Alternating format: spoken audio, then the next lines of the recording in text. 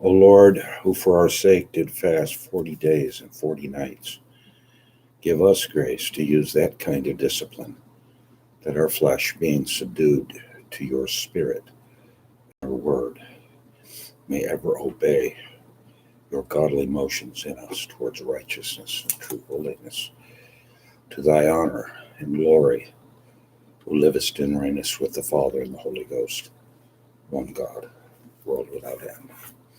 Amen. Well, we pick up our discussion of Cranmer's library, Dr. Selwyn's article, and the upshot is we think we have 500 printed books of his, about 65-70% of them in the British Library, maybe 100 manuscripts, although they're estimating maybe there's 700 that are still out there. So we pick up here, page 58. Similar uncertainty surrounds attempts to estimate the number of his books in English, the English language.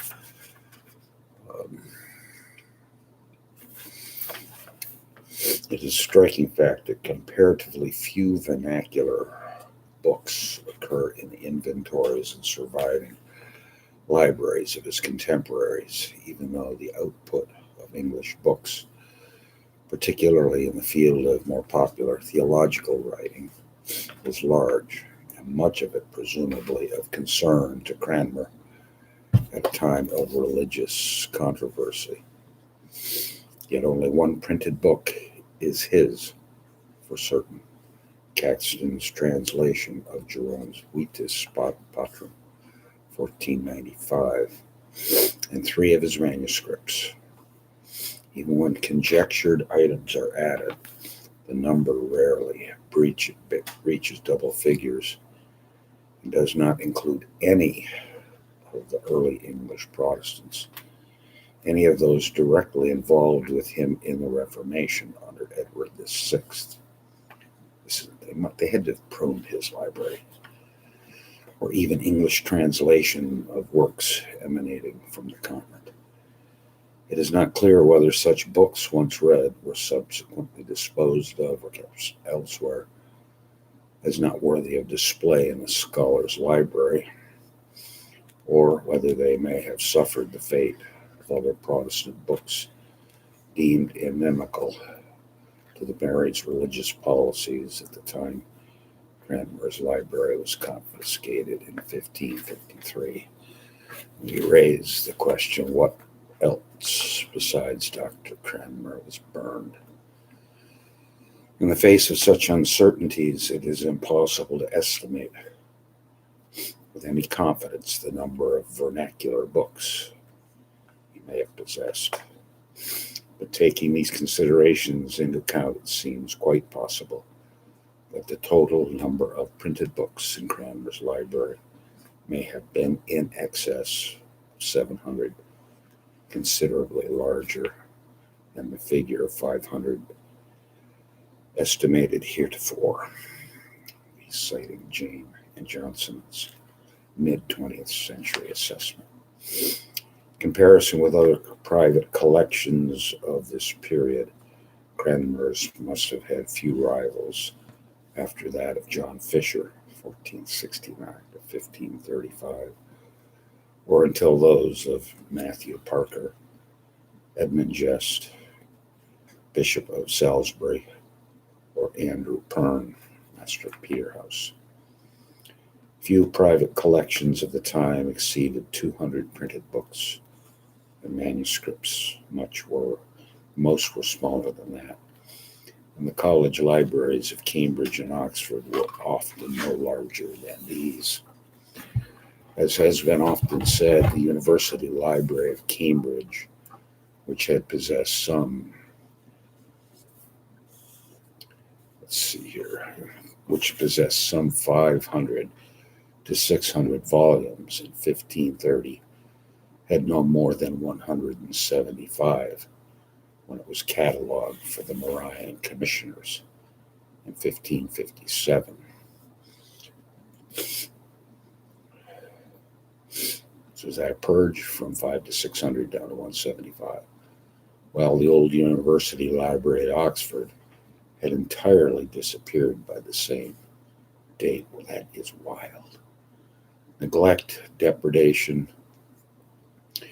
and the deliberate destruction of much unfashionable scholastic writing had brought about this state of affairs following the Henrician injunctions of 1536, the Act against superstitious books and images of Edward VI in 1550, and in the reign of Mary, the similar purging of Protestant theology under the Proclamation of 1555 and 1558.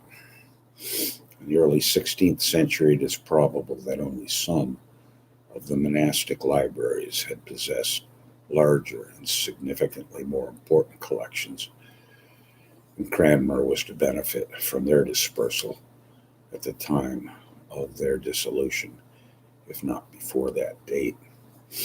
Like Matthew Parker later in the 1560s, Cranmer was in a good position as Archbishop of Canterbury to build up his collection, and must on many occasions have been the recipient of presentation copies, but his collection was essentially a private one.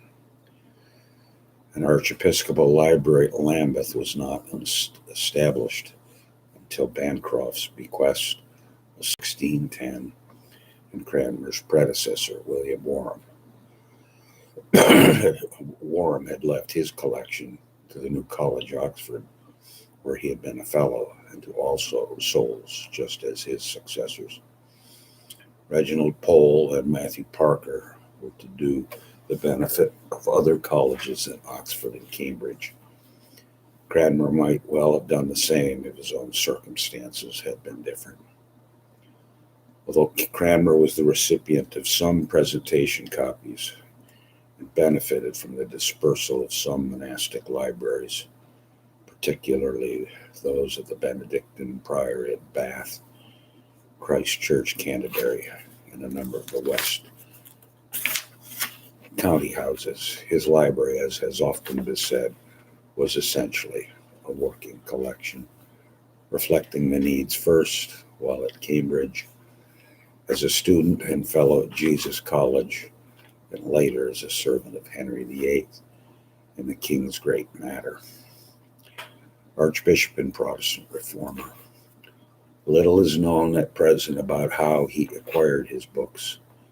The books themselves give little away, and later rebinding may have destroyed potential evidence. It is clear that many of the older books relating to the arts course at Cambridge and the early period of his theological study and teaching were acquired secondhand, for many of these are annotated in a variety of early 16th century hands. In a number of these instances, individual owners can be identified, such as his Apuleius, Venice, 1510, which had belonged in 1524 to Nicholas Udall, and a set of Galen, which had been Bucer's. A group of 9 books, consisting of classical and medical texts, had belonged to a Cornishman, John Toker, former canon of Cardinal College, Oxford, who later practiced medicine. But it's not clear whether these were acquired through the book trade, by gift, or by legacy.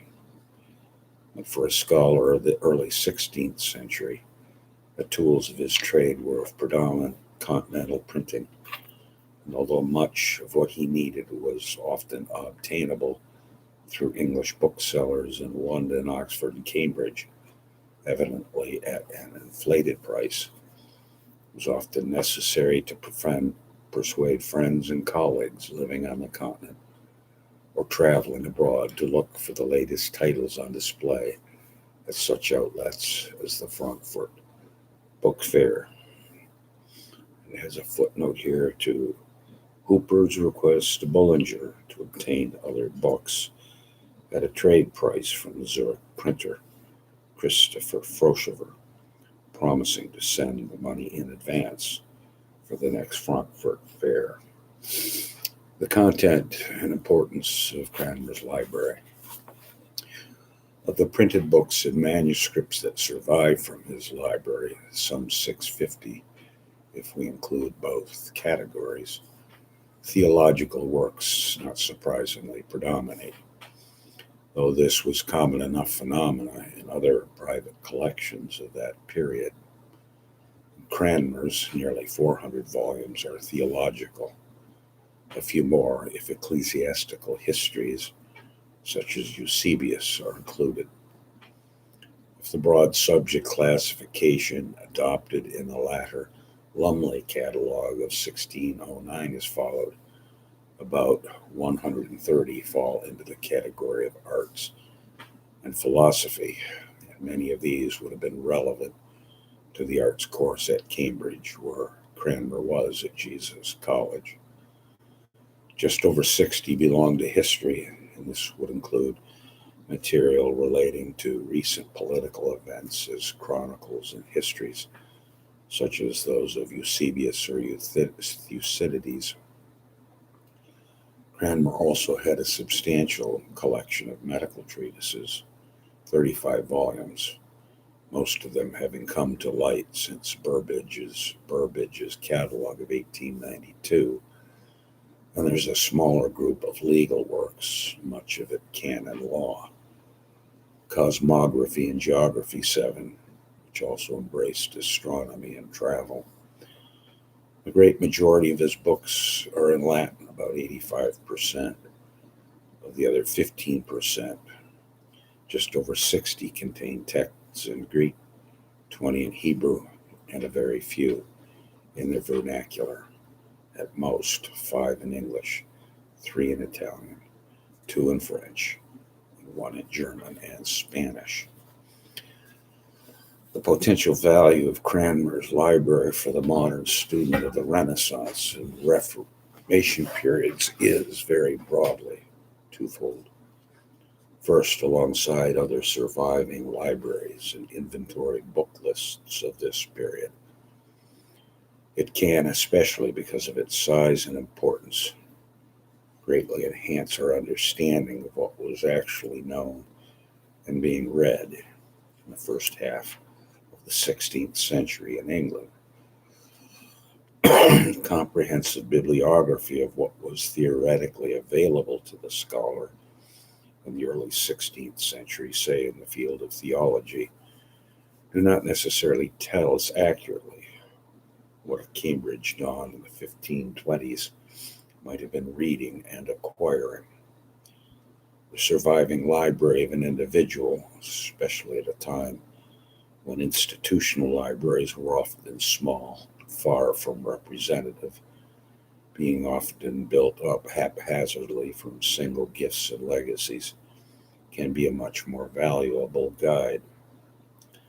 Secondly, and this is particularly so in Cranmer's case, a library such as his can illustrate how these books were being used, and often in what context and for what purpose.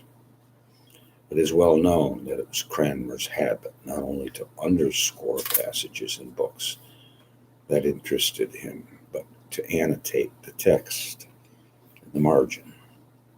A study of his surviving books can suggest possible influences on his thought and shed light on the course of his theological development and his attitude on many of the disputed issues of the day. Here, some caution is necessary because the full extent of Cranmer's library is not known and may never be precisely determined. The absence of annotations in one or other books cannot be used as conclusive evidence that the work was of little interest or influence. A specific example will illustrate this point. Cranmer's use of Archbishop Herman's Deliberatio, drawing up the 1548 Order of Communion, is undeniable. Yet his surviving copy of that work in the Latin edition, now in Chichester Cathedral, contains no annotation in his hand and the few markings in the text come from a later date. Did Cranmer have another annotated copy that has not survived or still awaits discovery? This is perfectly possible. Few of his liturgical texts have been recovered in any case, and it is known that a number of instances he had more than one copy of a work in his collection, and even multiple copies of the same edition. He had, for example, 2, possibly 3, copies of the same edition of the works of Basil of Caesarea and Oecolampadius. And although the main part of his library was apparently housed at Croydon Palace, he may well have had similar collections at one or more of other residences, such as Beaksbourne, not more than 5 miles from his palace at Canterbury, for use when he was away from Croydon or Lambeth.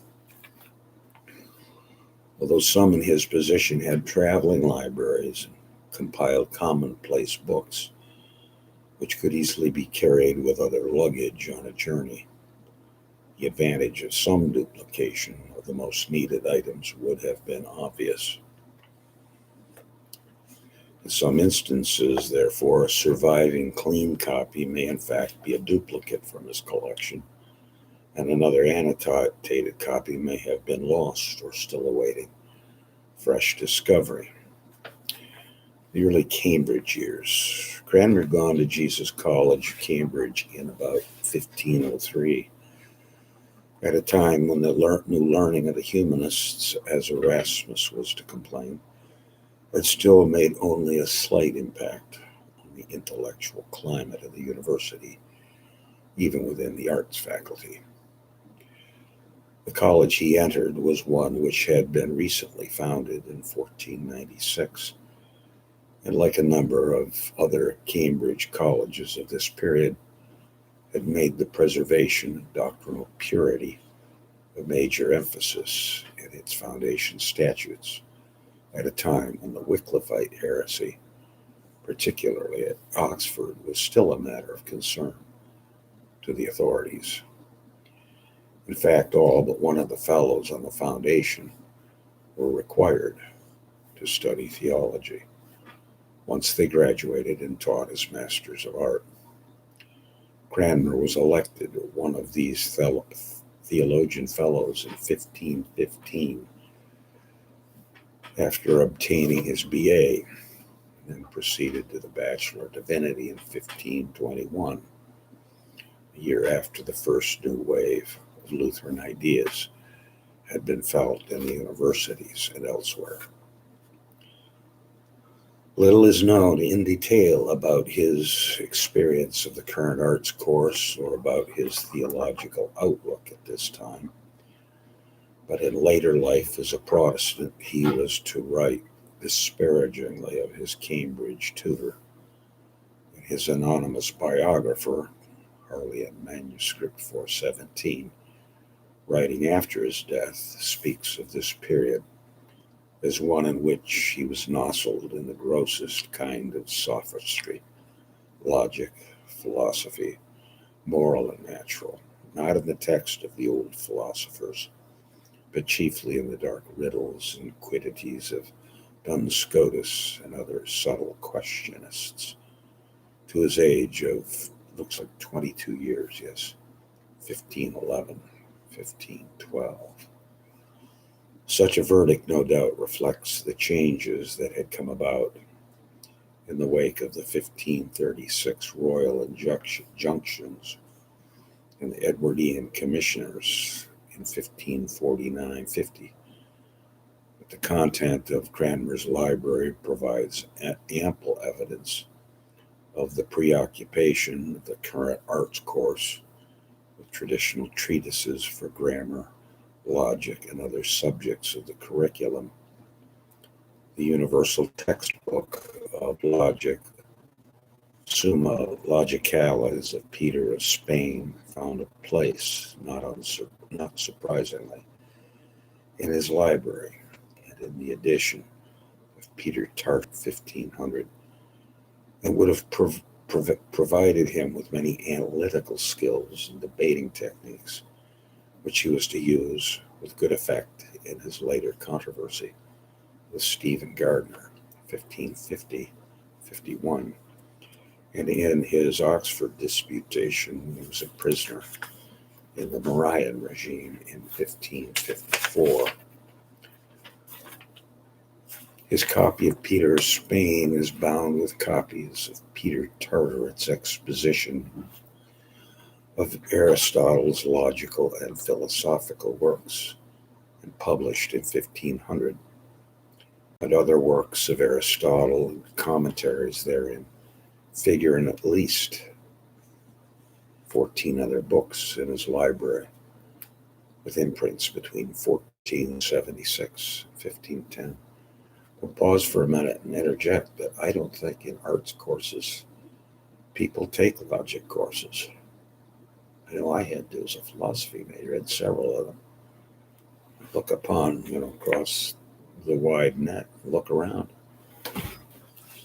And that forever shaped my thinking, being able to think logically. And I know it did with R.C. Sproul as well, now that I think about it.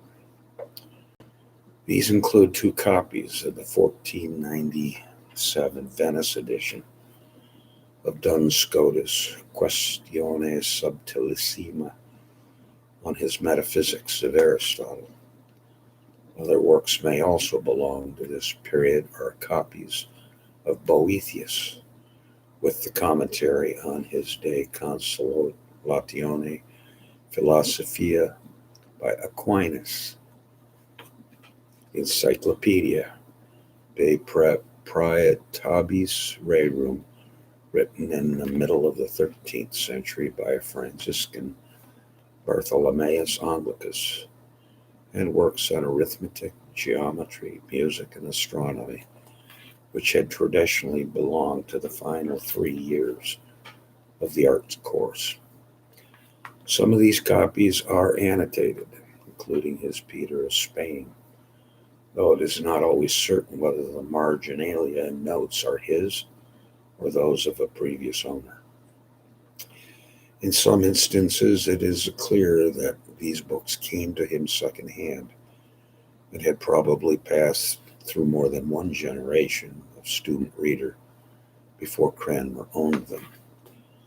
But despite the reaction against many of these authors in the 1530s and Cranmer's increasing preference for what the Harleian manuscript biographer termed good writers, both old and new, these copies of the older textbooks remained in his library and were not discarded, contrary to what might have been expected. Some of these, like Peter of Spain, would repay further study, not only for what might be revealed of Cranmer's early development, the sources available to him and the use made of them, but to supplement what is known from contemporary inventories and other surviving libraries about the character of the arts course at Cambridge in the very early years of the 16th century. I'm real glad they're covering this because I've had a long-standing question about what did Cranmer study for the Bachelor of Arts, which would be the quadrivium trivium, and the Master of Arts, and then what was the subject material for the Bachelor of Divinity and for the Doctor of Divinity. I've never seen anybody ever dig around on that. You can see the library being, clearly, you can see some of the systematics that I'm interested in over here. It shows my indications. What about Cranmer? Cranmer's theological studies would have begun about 1515, after his inception in arts the previous year, at about the time his election as Fellow of Jesus of College, a condition of which required his commitment to the study of theology. The medieval theological curriculum centered on the study of the Bible and the sentences of Peter Lombard, and here we go, and the requirements for the degree of Doctor of Divinity, which Cranmer was to become in 1526, included having heard lectures on the Bible for 2 years, lecturing cursory on a book of the canonical scriptures for at least 10 days in each term of the academic year, and having lectured on the whole of the sentences. Now, that's a big deal right there. His surviving books indicate many, presumably from this period. 4 complete sets of the 6-volume folio Latin Bible, 2 of them discovered since Burbage's day, with either the Glossa Ordinaria or Postals of Hugh of St. Cher, commentaries on Lombard's sentences by 17 different scholastic authors, including Albertus Magnus, Gabriel Biel, Bonaventure, Duns Scotus, Robert Holkot, John Major, William of Auxere, William of Occam, with imprints ranging from 1477 to 1520. For those investigating the intellectual setting of the first generation reformers in the light of the works done by Heiko Ehrman and his fellow researchers, this could be a rich vein to tap. For there are examples here of both the Via Moderna and the Via Antiqua among these and his other scholastic authors, including, as might be expected from among the latter, the Summa Theologica of St. Thomas Aquinas, sadly an important representative of the former, Cranmer's copy of Biel's exposition of the canon of the Mass, cited in his defense of the true and Catholic doctrine, still at present eludes discovery, and the surviving commentary on the sentences is without annotation. From 1512, according to the Harleian manuscript biographer, Cranmer gave himself to Faber, Erasmus, good Latin authors, 4 or 5 years together, unto that time that Luther began to write. The date may be a little imprecise, but there can be no doubting the impact of the new learning of the Christian humanists on his library in the 1520s and the 1530s, especially in its emphasis on trilingual studies. Evidence of his exposure to this humanist learning is seen in the new editions of the scriptures, the early Christian writers, and to a lesser extent, the classical authors of Greek and Roman antiquity. The same trend is seen in his acquisition of many of the writings of the humanists themselves, including some of the linguistic tools of humanistic scholarship, such as Cranmer's lexicons and concordances. His library included copies of the New Testament commentaries of Jacques Lefebvre, his Faber Stabulensis, on the Gospels, 2 copies, the Pauline and Catholic epistles, 17 volumes of Erasmus, though not, it seems, the 1540 edition of his collected works, the Colloquies of Adages, quite apart from his editions of the New Testament and patristic texts. Besides these, there are works by many others, such as Rudolf Agricola, Jodocus Badius, Willame Bude, Nicholas Clenardus, his Hebrew grammar, Thomas Linacre, Philip Melanchthon, Sir Thomas More, the Utopia, Sebastian Munster, Oecolampadius, Robert Stephanus, his Latin dictionary. Santis, Paginus, Polydor Virgil, and Vives. His editions of the Bible include 2 sets of the 6-volume Complutensian Polyglot, and further signed title page of the New Testament volume in Turner Collection at Winchester College points to the existence of a third. The Bomberg Rabbinic Hebrew Bible, 1525-28, though not so far as is known those of Sebastian Munster, 1535, or Robert Stephanus. The 2nd, 4th, and 5th editions of Erasmus's Greek New Testament, all 3 discovered since Burbage's catalog, his New Testament annotations and the paraphrases, the Quinqueplex Psalter with commentary by Jacques Lefebvre, another new item, and additions and commentaries on the Hebrew text of selected songs by Paul Fagius and Johann Reuchlin. In fact, about 20 volumes survive relating to Hebrew texts or the study of the language. Here we'll call that to an end. Glory be to the Father, Son, and Holy Ghost. Amen.